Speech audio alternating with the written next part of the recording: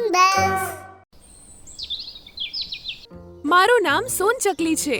તું તો એકદમ મારા જેવી જ દેખાય છે. તને ક્યારે પહેલા અહીં જોઈ નથી. તું ક્યાંથી આવી છે?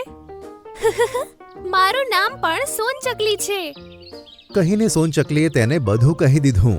પછી તે ચકલી બોલી, તું એક સોનચકલી થઈને સામાન્ય ચકલીને મિત્ર બનાવે છે અને તેના માટે સોનાનું ફૂલ પણ લેવા જઈ રહી છે. હા, તો શું થયું? આપણે બંને સોનચકલી છીએ, જંગલની સૌથી સુંદર ચકલીઓ. આપણે ફક્ત એકબીજાને જ આપણા મિત્રો બનાવી શકીએ છીએ. તે સામાન્ય દેખાવવાળી ચકલીઓ આપણી મિત્રતાને લાયક નથી. દૂર ક્યાંક જંગલમાં એક સોનચકલી રહેતી હતી. તેનું આ નામ એટલા માટે પડ્યું કારણ કે તેની પાંખો સોનેરી હતી અને આ જંગલમાં તે સૌથી સુંદર ચકલી મનાતી હતી. એક દિવસ સોનચકલી તેના મિત્રો નીલુ ચકલી અને ટીનુ ચકલી સાથે સાંજે ફરવા માટે નીકળી. તેમને ખબર ન હતી કે એક ગીધ તેમનો શિકાર કરવા માટે પીછો કરી રહ્યું હતું. સોનચકલી મસ્તીમાં આવીને ઉપર ઉડવા લાગી. ત્યાં જ ટીનુ ચકલીએ જોયું કે ગીધ તેની ઉપર હુમલો કરવાનું છે. મિત્રો, જલ્દીથી નીચે ચાલો. ગીધ આપણી ઉપર હુમલો કરવાનું છે. તેની વાત સાંભળીને સોનચકલી અને નીલુ ચકલી નીચે આવી ગયા. પણ ટીનુ ચકલી જલ્દીમાં ઝાડની એક ડાળી સાથે અથડાઈ ગઈ અને તેની પાંખમાં ઘણી ઈજા થઈ. તે ત્યાં જ જમીન ઉપર પડી ગઈ અને ઉડવા લાયક ન રહી. આ જોઈને સોનચકલી અને નીલુ ચકલી તેની પાસે પહોંચ્યા. અરે ટીનુ ચકલી, શું થયું તને? ટીનુ ચકલી, તું ઠીક તો છે? મારી પાંખોમાં ખૂબ જ દર્દ થાય છે. કહીને તેણે ઉડવાનો પ્રયત્ન કર્યો પણ ઉડી ન શકી. તું ઉડવાનો પ્રયત્ન ના કર, નહીં તો ઘણો દર્દ થશે.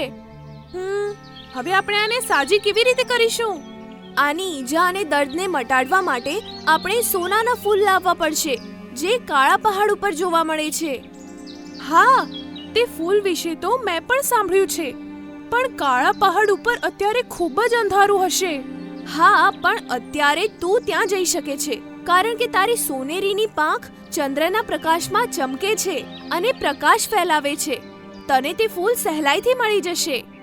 સાંભળીને સોનચકલીએ કંઈક વિચાર્યું અને કહ્યું, સારું, હું તારા માટે તે ફૂલ લેવા અત્યારે જ જઉં છું. સાંભળીને બંને ચકલીઓ ખુશ થઈ. નીલુ ચકલી ટીનુ ચકલી પાસે રોકાઈ ગઈ અને સોનચકલી કાળા પહાડ તરફ ઉડી ગઈ. રસ્તો ઘણો લાંબો હતો. ઘણે દૂર ગયા પછી સોનચકલીએ જોયું કે ઠીક તેના જેવી જ દેખાતી એક બીજી સોનચકલી આકાશમાં ઉડી રહી છે. સોનચકલી તેને આશ્ચર્યથી જોઈ રહી હતી કારણ કે તેને તેના જેવી બીજી સોનચકલી પહેલી વાર જ જોઈ હતી. તે તેની પાસે જઈને તેની સાથે ઉડતા ઉડતા વાતો કરવા લાગી. મારું નામ સોનચકલી છે. તું તો એકદમ મારા જેવી જ દેખાય છે. તને ક્યારે પહેલા અહીં જોઈ નથી. તું ક્યાંથી આવી છે? મારું નામ પણ સોનચકલી છે. કહીને સોનચકલીએ તેને બધું કહી દીધું. પછી તે ચકલી બોલી, તું એક સોનચકલી થઈને સામાન્ય ચકલીને મિત્ર બનાવે છે અને તેના માટે સોનાનું ફૂલ પણ લેવા જઈ રહી છે. હા, તો શું થયું? આપણે બંને સોનચકલી છીએ, જંગલની સૌથી સુંદર ચકલીઓ. આપણે ફક્ત એકબીજાને જ આપણા મિત્રો બનાવી શકીએ છીએ. તે સામાન્ય દેખાવવાળી ચકલીઓ આપણી મિત્રતાને લાયક નથી. તે ચકલીએ સોનચકલીને એવી વાતો કરી જેને સાંભળીને તેને અભિમાન આવી ગયું. બીજી તરફ નીલુ ચકલી ટીનુ ચકલી પાસે સોનુ ચકલીના આવવાની રાહ જોઈ રહી હતી. જ્યારે સવાર પડી ત્યારે બંનેને સોનચકલીની ચિંતા થવા લાગી. તેણે ટીનુ ચકલીને કીધું કે તે સોનચકલીને જોઈને આવે છે અને તે ટીનુ ચકલીને ત્યાં છોડીને આકાશમાં ઉડી ગઈ. થોડી વાર પછી જ તેને બે સોનચકલીઓ આકાશમાં ઉડતી દેખાઈ. તે તેમની પાસે ગઈ અને પછી તેમની સાથે ઉડતા ઉડતા સોનચકલી સાથે વાત કરવા લાગી. સોનચકલી, તું તો ટીનુ ચકલી માટે સોનાનું ફૂલ લેવા ગઈ હતી ને? તો અહીં શું કરે છે? માફ કરજે, પણ હવે તમે મારા મિત્રો નથી. હવે મારી મિત્ર મારા જેવા દેખાવવાળી બીજી સોનચકલી છે. તને તારી સુંદરતા પર અભિમાન થઈ ગયું છે. કંઈ વાંધો નહીં. જો તું નહીં ગઈ તો હવે દિવસ થઈ ગયો છે, એટલે હું જાતે જ તેના માટે સોનાનું ફૂલ લેવા જઉં છું. એમ કહીને નીલુ ચકલી તે કાળા પહાડ તરફ ઉડી ગઈ. અમુક સમય પછી કાળા પહાડ પરથી ચાંચમાં તે સોનાનું ફૂલ લઈને ટીનુ ચકલી પાસે ઝડપથી ઉડી ચાલી. ટીનુ ચકલી તેને જોઈને ખુશ થઈ ગઈ અને પછી કહેવા લાગી, અરે નીલુ ચકલી, તું એકલી જ આ ફૂલ લઈને આવી છે? સોન ચકલી ક્યાં છે? સાંભળીને નીલુ ચકલીએ ચાંચમાં દબાયેલું ફૂલ જમીન પર મૂક્યું અને કહ્યું, તું પહેલા આ ફૂલને ખાઈને તારો દુખાવો ઠીક કર, પછી કહું છું. ટીનુ ચકલીએ પછી તે ફૂલની 1-2 પાંખડીઓ ખાધી. તેને ખાતા જ તેનો દુખાવો એકદમ ઠીક થઈ ગયો. તે હવે સરસ ઉડવા લાયક થઈ ગઈ. તારો ખૂબ ખૂબ આભાર પ્યારી મિત્ર. હવે મને કહે કે સોન ચકલી ક્યાં છે? સાંભળીને નીલુ ચકલીએ તેને બધું જ કહી દીધું, જે સાંભળીને તેને ખૂબ જ દુઃખ થયું. તેમણે સોન ચકલી સાથે મિત્રતા નહીં કરવાનું નક્કી કરી લીધું. બીજી બાજુ સોન ચકલી તેની નવી મિત્ર સાથે ખૂબ જ ખુશ હતી. તેઓ આખા દિવસ સાથે રમતા અને સાથે સમય વિતાવતા. તે બંને અન્ય કોઈ ચકલી સાથે વાત પણ નહોતા કરતા, કારણ કે તે બંનેના મતે બીજી કોઈ ચકલી તેમની મિત્રતાને લાયક ન હતી. એક દિવસ જંગલમાં મુશળધાર વરસાદ શરૂ થઈ ગયો. બંને સોન ચકલીઓ જલ્દીથી ઝાડની એક ડાળી પર જઈને બેસી ગઈ. અચાનક પવન ફૂંકાયો, જેનાથી ઝાડ પરનું એક ભારે પાંદડું સોનચીડિયાને વાગ્યું અને તે જમીન પર થયેલા કીચડમાં જઈને પડી ગઈ. થોડા સમય પછી વરસાદ બંધ થઈ ગયો હતો, પણ સોન ચકલી આખી કીચડમાં ફસાઈ ગઈ હતી. તેની પાંખો પણ ભારે થઈ ગઈ હતી. તું ઉપરથી શું જોઈ રહી છે? નીચે આવીને મારી મદદ કર. સાંભળીને નવી સોન ચકલી નીચે આવી અને જમીન પર પગ મૂક્યા વગર બોલી, હવે તું કદરૂપી દેખાય છે. જ્યાં સુધી તું ફરીથી સોનેરી નથી થઈ જતી, ત્યાં સુધી મારી મિત્રતાને લાયક નથી. હું હજુ પણ તેવી જ છું, બસ ઉડી નથી શકતી. તું મારા માટે પાણીની વ્યવસ્થા કરી દઈશ તો હું તેમાં નાહીને ફરીથી સુંદર દેખાવા લાગીશ. પણ હવે તો તું મારી મિત્ર નથી ને, તો હું તારા માટે પાણી લેવા નથી જઈ શકતી. બની શકે કે પાણીમાં નાહ્યા પછી તારો રંગ ઉતરીને આવો જ કદરૂપો રહી જાય. તેથી હું જઈ રહી છું. આવું કહીને તે જતી રહી અને પછી સોન ચકલીને પોતાના જૂના મિત્રોની યાદ આવવા લાગી. પણ તેની પાંખો કઠણ થઈ ગઈ હતી, તેથી તે ઉડી શકતી ન હતી. ઘણા સમય સુધી તે બસ આમ જ જમીન પર પડી રહી. કેટલાક સમય પછી નીલુ ચકલી અને ટીનુ ચકલી ત્યાંથી જઈ રહી હતી, તો તેમની તેના પર નજર પડી. તેને જોઈને તે બંને તેની પાસે પહોંચી. અરે, તું તો આખી કીચડવાળી થઈ ગઈ છે. તું આમાં કેવી રીતે પડી ગઈ? ટીનુ ચકલી અને નીલુ ચકલી, તમે મને ઓળખી નહીં. હું સોન ચકલી છું. પણ તારી આ હાલત કેવી રીતે થઈ અને તારી મિત્ર ક્યાં છે? સાંભળીને સોન ચકલીએ તે બંનેની માફી માંગી અને બધી વાત કહી દીધી. નીલુ ચકલી બોલી, અભિમાનમાં આવીને તે સમજી લીધું હતું કે જે તારી જેમ સુંદર નથી તે વાત પણ કરવા લાયક નથી. તો હવે જો, ક્યાં છે તે જેને તું તારે લાયક સમજતી હતી? મારાથી ખૂબ મોટી ભૂલ થઈ ગઈ છે. હવે હું ક્યારેય મારી સુંદરતા ઉપર ઘમંડ નહીં કરું. આ સાંભળીને નીલુ ચકલી અને ટીનુ ચકલી એક નાની લાકડી શોધીને લાવ્યા અને સોન ચકલીને તેને ચાંચમાં દબાવવાનું કહ્યું. જ્યારે સોન ચકલીએ લાકડી વચ્ચેથી તેની ચાંચમાં દબાવી લીધી, તો તે લાકડીના બંને છેડાને નીલુ ચકલી અને ટીનુ ચકલીએ પોતાના પંજામાં પકડી લીધી અને પછી તેને લઈને આકાશમાં ઉડી ગઈ. તળાવની પાસે જઈને તેમણે તેને પાણીમાં ડૂબાડી અને પછી ફરીથી ઉપર ખેંચી લીધી. આમ કરવાની સાથે જ તેના શરીર અને પાંખમાં રહેલ કીચડ દૂર થયું અને તે ફરીથી સુંદર થઈને ઉડવા લાયક થઈ ગઈ. પછી તે બંનેની સાથે સોન ચકલી તે જગ્યાએ જતી રહી જ્યાં તેઓ રોજ રમતા હતા. મૂનલેન્ડ જંગલમાં હાથી, હરણ અને સસલાની મિત્રતાની બધા વાતો કરતા હતા.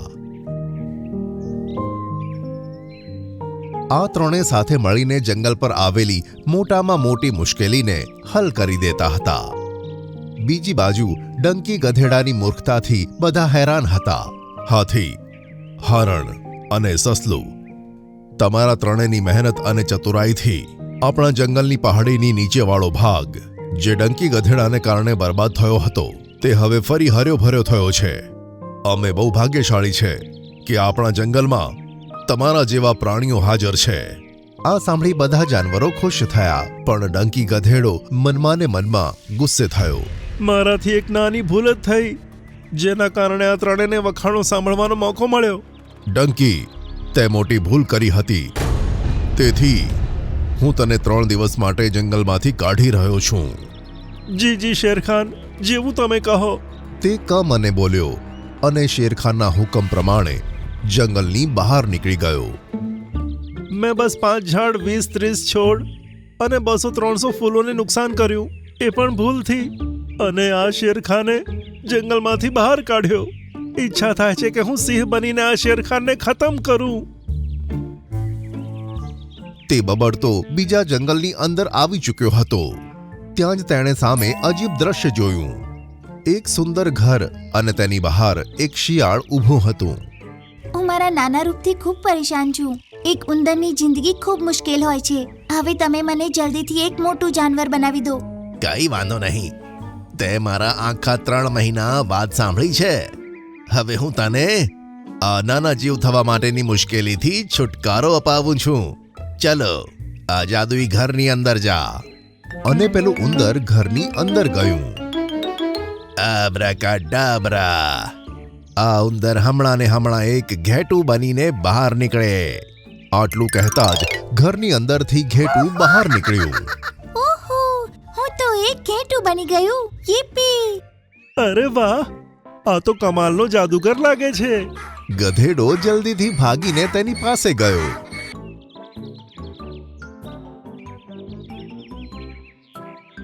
મને જલ્દીથી સિંહ બનાવો ભાઈ, મારે ગધેડો નથી રહેવું. અરે, 1 મિનિટ ભાઈ, એટલી પણ શું જલ્દી છે? મને શેરખાને જંગલથી નીકાળી દીધો. એની જોડે લડાઈ કરીને એને જંગલમાંથી બહાર કાઢી મારે બદલો લેવો છે. તમે મને સિંહ બનાવશો તો મારો બદલો પૂરો થશે. મેં આ ઉંદરને મફતમાં ઘેટું નથી બનાવ્યું. એને ઘણો સમય મારી સેવા કરી છે અને મારું ઘણું કામ કર્યું છે. સારું, હું પણ તમારી બહુ સેવા કરીશ. બોલો, મારે શું કરવું પડશે? આ સાંભળી શિયાળ મનમાં ને મનમાં ખુશ થયો. મિંકી ચકલીએ હમણાં 2 ઈંડા આપ્યા હતા અને તે બહુ ખુશ હતી. વાહ, આજે તો મેં 2 ઈંડા આપ્યા છે. હવે હું જલ્દીથી માં બની જઈશ. ઈંડા આપ્યા પછી તેને તરસ લાગી, એટલે તે તળાવે પાણી પીવા જતી રહી. તે જ્યારે પાછી આવી ત્યારે ઈંડા ગાયબ હતા. હે ભગવાન, મારા ઈંડા! તે હેરાન થઈ ગઈ અને જોરથી બૂમો પાડવા લાગી. તેની આજુબાજુ ઘણા જાનવરો ભેગા થયા. તેને આમ રડતા જોઈને બધાને પણ દુઃખ થયું.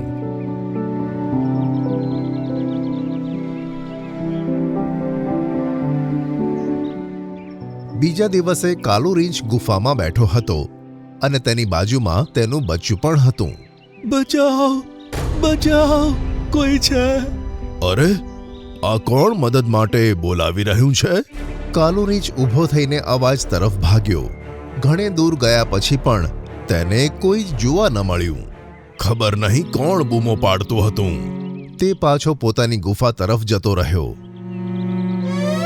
ગુફામાં જઈને જોયું તો બચ્ચું ગાયબ હતું. તે તો ખૂબ જ ચોંકી ગયો. મારું બાળક! ધીરે ધીરે હવે જંગલમાં જાનવરોના બચ્ચા અને પક્ષીઓના ઈંડા ગાયબ થતા હતા. એટલે બધા બહુ હેરાન હતા.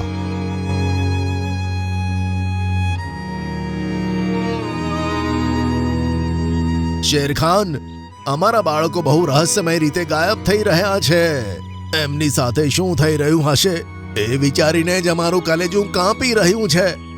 હાથી, હરણ અને સસલા ત્રણે મળીને આ સમસ્યા હલ કરો.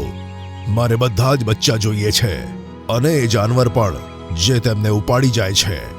હવે હાથી, હરણ અને સસલાએ મળીને કંઈક ચર્ચા કરી. બપોરના સમયે હરણીમાં તેની ગુફાની બહાર બેઠી હતી. તેનું બાળક ઝાડની છાલ પર બેખબર સૂતું હતું. આના પિતા તો સવારથી ક્યાંય નથી દેખાતા. એમને જોઈને આવું છું. ક્યાંય કોઈ બીજી હરણી સાથે તો નથી બેઠા ને? આમ કહી તે ત્યાંથી જતી રહી. બીજી જ ક્ષણે ચોરી છુપી ગધેડો ત્યાં આવ્યો. બસ આ છેલ્લું બચ્ચું મારા શિયાળને આપવાનું છે અને પછી એ મારું કામ કરી દેશે. આમ કહી છાલને તેણે મોઢામાં પકડી અને આગળ ઘસેડવા લાગ્યો. ઊભો રહે ડંકી! ત્યાં જ હરણ, હાથી અને સસલું ત્યાં આવી ગયા. અરે તમે ત્રણે ક્યાંથી આવી ગયા? અમે તને પકડવા માટે આ જાલ બિછાવી હતી અને અંતમાં તું ફસાઈ જ ગયો. અને પછી ત્રણે જણાએ ડંકીને શેરખાન સામે રજૂ કર્યો.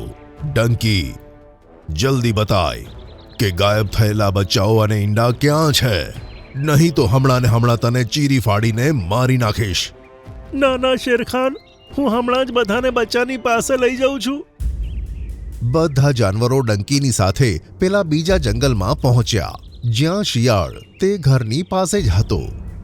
અરે આ શું? એક બાળક મંગાવ્યું હતું અને આ તો જાન લઈને આવી ગયો. અરે ચિંકુ શિયાળ, તું? ચિંકુ શિયાળ? હા, આ ચિંકુ શિયાળ છે અને જંગલમાં હાહાકાર મચાવ્યો હતો. તેથી 5 વર્ષ પહેલા મેં તેને હંમેશા માટે જંગલમાંથી કાઢી મૂક્યો. હવે મોડું ના કર, જલ્દીથી બતાય કે બાળકો ક્યાં છે, નહીં તો એ બધા તો સુરક્ષિત છે. પેલી સામે ગુફા છે ને, બધા એમાં સુરક્ષિત છે. બધા એ ગુફા તરફ ભાગ્યા અને ત્યાં ઈંડા અને બચ્ચા બંને સુરક્ષિત જોવા મળ્યા. મમ્મી, મારું બચ્ચું. મારું વહાલું બેટું, સારું છે કે તું સુરક્ષિત છે. બધા જાનવરોએ પોતાના બચ્ચા અને ઈંડા પાછા મેળવીને આરામનો શ્વાસ લીધો. પછી શેરખાને બંનેને પ્રશ્ન પૂછ્યો. બતાવો, તમે બંને આ કેમ કર્યું? માફ કરજો શેરખાન, મારે તમારી જેમ સિંહ બનીને તમારી જોડે લડાઈ કરવી હતી, તેથી મેં આ શિયાળના કહેવા પર આ બધું કર્યું. અને તું શિયાળ? જ્યારે તમે મને જંગલમાંથી કાઢ્યો ત્યારે મને બહુ ગુસ્સો આવ્યો હતો. હું બસ તમને અને તમારા જંગલના જાનવરોને હેરાન જોવા માંગતો હતો અને તેથી ડંકીની મદદથી મેં બાળકો અને ઈંડાને ઉપાડ્યા. ઓહો ડંકી, તો તે સિંહ બનવા માટે આ કામ કર્યું હતું. સારું, હવે તો તારે આને સિંહ બનાવવો જ પડશે. ચાલ શિયાળ, એને અત્યારે જ સિંહ બનાય. આવું ના કરી શકું, એ તો બસ એક નાટક હતું. શું નાટક હતું? હા, હમણાં હું તને બતાવું છું. આમ કહી તેણે ઘરમાં જોઈને અવાજ લગાવ્યો. તમે બંને બહાર આવો. ત્યાં જ ઉંદર અને ઘેટું ઘરની બહાર નીકળ્યા. ડંકી, એ વખતે ઘેટું પહેલાથી અંદર હાજર હતું અને મેં તારી સામે આ ઉંદરને અંદર મોકલ્યો. પછી ઉંદર અંદર જ રોકાઈ ગયો અને ઘેટું બહાર આવ્યું, જેથી તને એમ લાગ્યું કે ઉંદર ઘેટું બનીને બહાર નીકળ્યું. અરે બાપ રે, આ શિયાળે તો મને ગધેડો બનાવ્યો.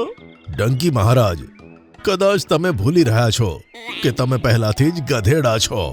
આ સાંભળી ગધેડાએ નજર નીચી કરી અને બધા જાનવર ખડખડાટ હસવા લાગ્યા.